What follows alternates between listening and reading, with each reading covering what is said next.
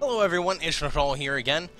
This is part 2 of my Abyssea tutorial, as it were. If you missed part 1, it's all about lights and EXP parties. Go ahead and watch it. It's a great way to kind of figure out, okay, well, what is this thing and what are these things? So, time for more Abyssea. I'm going to cover Atma, Abyssite, and Procing in this one. So if these are things you already know, skip this video. So, there are notorious monsters in Abyssea. There's notorious monsters everywhere, but especially in Abyssea. They come in 2 flavors. Flavor 1, well, they come in, I guess, 3 flavors, but flavor 1 are the type that are just up and around, like this Gukumats that aggroed me as I was sitting there saying hi, because it's a meanie bobini. The second flavor are the ones that, as you kill things, like PCs will drop PC skins, but raptors will drop raptor skins, and this one, this hardened raptor skin that is used to pop a specific notorious monster. And then finally, there are notorious monsters that are popped with key items. So how do you get these key items? And how do you get Abyssea and how do you get Atma? Well, Atma and Abyssea are just key items. They're just passive traits. Abyssite are passive traits that just happen. Atma, you have to actually equip through Abyssite in order to attach them to you. And you get 3 of them. Now, how do you get these? Well, mobs drop them. Or you buy them or get them from quests. But mob dropping is going to be the most notorious. So, there's 3 types of procs that you need to do on notorious monsters to get them to drop what you want. For Atma, Abyssite, etc., we want a red proc. It's a red weakness. It's triggered by using specific elemental weapon skills. One of those is Red Lotus Blade. So I use Red Lotus Blade. So this guy is weak to darkness. I just got a little message about that. There's an Abyssite that will clue you in on what weakness is. Now, they won't tell you exactly what weapon skills will trigger it. But, you know, you can at least figure it out a little bit. So, I don't think I can actually do the darkness trigger.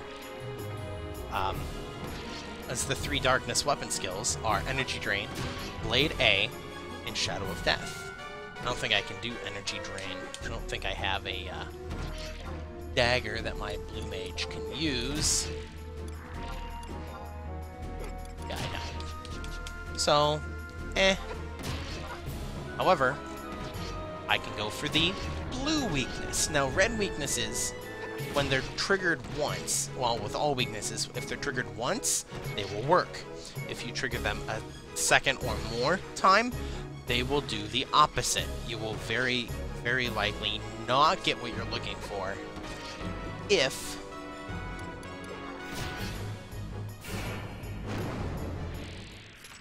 you'll very likely not get what you're looking for if you proc it more than once. So there are 3 procs. There are the red ones, which increase the key item drop rate to about 95%. Then there's yellow procs, which increase the drop rate of specific items, like these seals here, the Equester seal and the Goethe seal. Those are upgrade items for Imperium armor. And yellow weaknesses, if you trigger them once, it'll increase the drop rate and the number of slots available for those. Finally, the blue weaknesses, those will drop items more readily, like weapons and armor and such. Like this magnet Rock.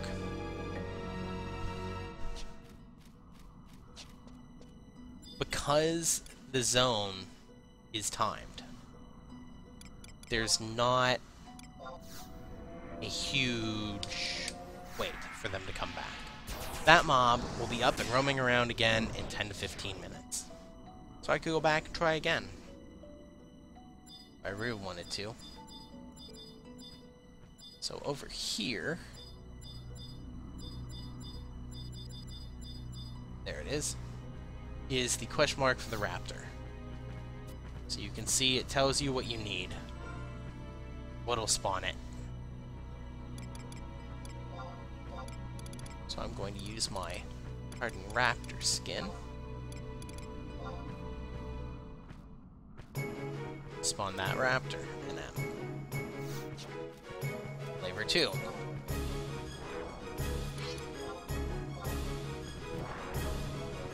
I'm gonna try my red lotus blade again to try and proc red because I like red. And really, key items. Who doesn't like key items? Now there are 13 weapon skills that are used to proc red. They're all elemental.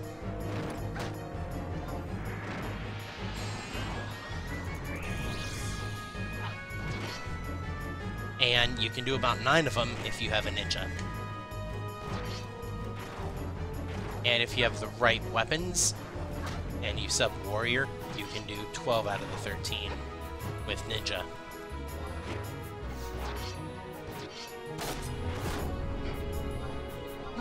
Not red lotus blade.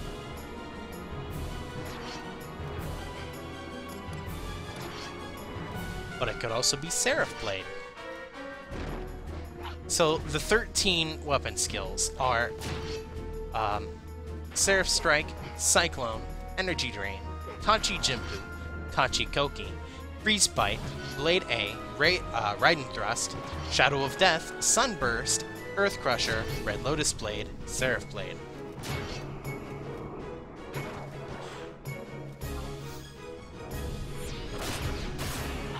Now I just used a weapon skill when he was readying a TP move, and in the process of using a TP move. Doing that, as well as when they're in the process of casting a spell, will cause your proc to be dirty, which means even if it's the correct weapon skill to use,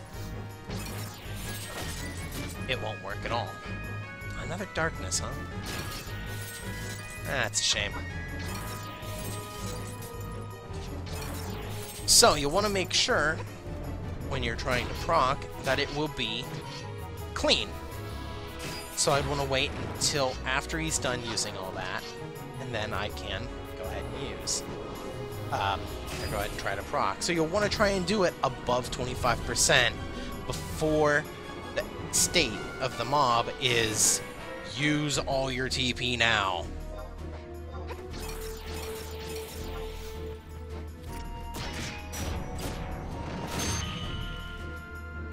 So yellow and blue weaknesses are procced entirely differently. Yellow is procced with magic. You have to use a specific magic spell on them.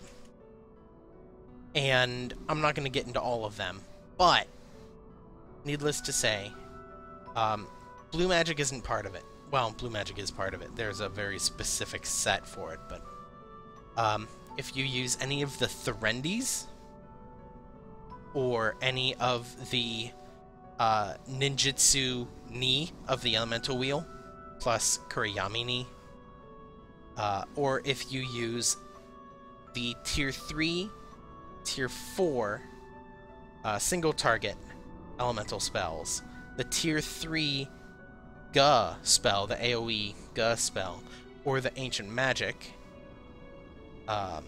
which that counts for light as well, banish. Except it's Banish 2 and Banish 3 and Banish Good 2 instead of Thunder 3, Thunder 4, and Thundaga 3, levels and everything. And then Holy for the Ancient Magic. Those will all do a yellow weakness, as well as Flash, a Spear, Drain, Bio, Dispel, and the blue magic Heat Breath, Magnetite Cloud, Maelstrom, Mysterious Light, Ice Break, Mind Blast, Radiant Breath, and Eyes on Me. Those are all the yellow. Ooh, mouthful. There's charts. Don't worry about trying to remember what I'm saying. So that will enhance the drop of your AF3 upgrade items. And then finally, blue weaknesses are standard standard weapon skill. Whoa. Just got an email. They're your standard physical weapon skills. So, for example, I'm not going to go through the entire list because there's a lot. Savage Blade, Spiral Hell, Round Strike, Judgment, Hexus Strike, Azure Fists, Sidewinder. Yeah. And these will all get you special armor and weapons and such. So, these you don't really need to worry about too much. In the Seekers of Outland age, blue is not really important. Unless there's one specific mob that it is, but don't worry about that mob. More than likely, unless you know about it, you're not gonna ever miss it. Yellow weaknesses, until they put in the Reforge for Imperium armor, probably not gonna matter. So I wouldn't worry about it. I'm just gonna focus on red. Now those key items. I'll just bring up some here. See, they have their own spot because there's so many. Now these here, like the Bloodied Sabertooth, the Bloodspeared Gigas Helm, the Glittering Pixie Choker, actually, the Glittering Pixie Choker and the Pellucid Fly Eye together will spawn Carabosa, and that's for an Imperium trial as well. They also drop the +2 upgrades. But these, so all these different types here are from NMs. You can also get them from gold chests. Abyssites. Like I said, Abyssites were the passive bonuses. For example, the Abyssite of Sojourn will give you +3 minutes to your stone duration. So, if I turn in a stone, I have 1, 2, 3, 4, 5 Abyssite of Sojourn, which +3 each. That means each stone doesn't give me 30 minutes, it gives me 45 minutes. Which, that's nice to have. Means I need to use less stones overall. Celerity makes it so that you get reverse your stones more frequently. It increases the rate that Joachim will have more for you. And a lot of these, you can read as into what they do, but you can see like Fortune, you'll come across the chests. Sturdy Pix Eyes or chests. The bearer will come upon chests more frequently in Abyssea, which it means it increases your lights quicker. Kismet, you'll get blue chests. Your lights matter more for blue chests.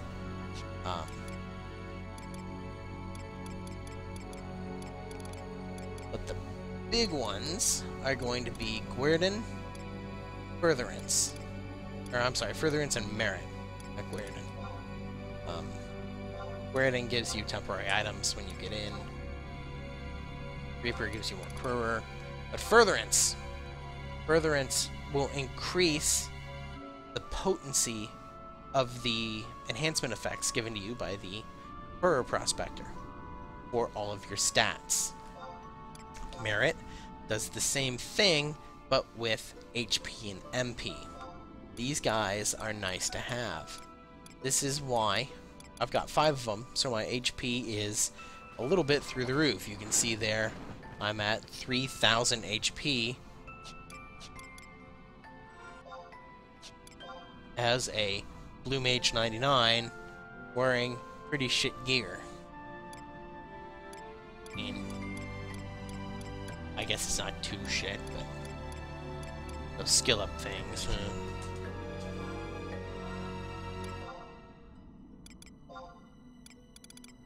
So those are Abyssite. Then there's Lunar Abyssite, which are used, you can get up to 3. Those are used to attach Atma to yourself. And Atma is potent. Atma. Now, if you examine any Atma, they tell you the same thing. It's just a crystalline agglomeration of an Abyssinian fiend's soul, said to be the source of its otherworldly powers. Okay, what does that mean? It means nothing. It's just flavor text.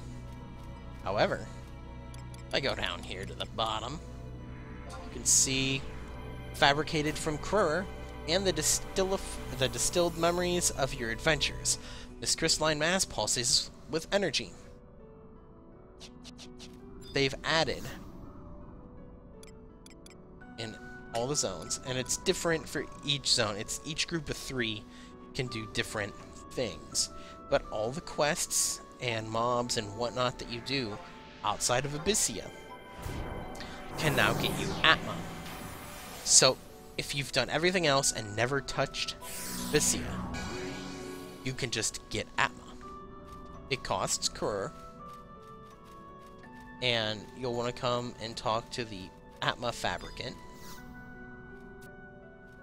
and you just say, show me the Atma. They'll go through this thing, and they'll say you don't have any. For me. For you, they'll have a lot. Getting rank 10 in one of the starting cities will get you Atma. Just doing any of the missions to completion will get you some Atma. Doing, Dynamis, or Limbus, or Storms of Fate, any of those, right? There's tons of different ways that you can just get Atma fabricated for you. Now, the fabricated Atma isn't as strong as regular Atma that drops from mobs, from the NMs, but it's better than nothing, right? A buff is a buff. Now, when you talk to the Atma guy, you can examine the infused Atma, the ones that I've got here, right? Stronghold is a pretty good one. This is what they will tell you. Attack plus major, defense plus major, regen major. That's what they tell you. You're gonna have to figure out through trial and error what they are. Dex plus superior, crit hit rate plus superior, critical hit damage plus major. Triple attack plus superior, quick magic, auto re-raise. That's all they tell you. Now, the wikis out there will have all the information as to what values these actually give. People have done a whole bunch of testing on that, and it's beyond the scope of me, this video, tell you about all that. But, so there you go. That's Procing and Abyssea and Atma.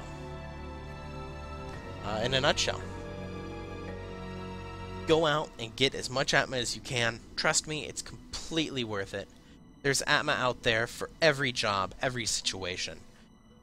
I can get magic attack bonus plus 100 through 2 very particular Atma, and oh, does it show.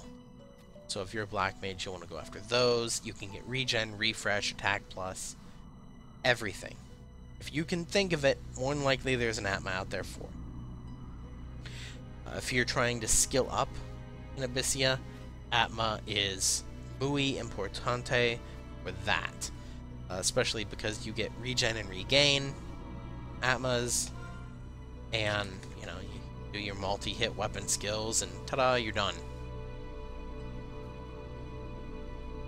So, that is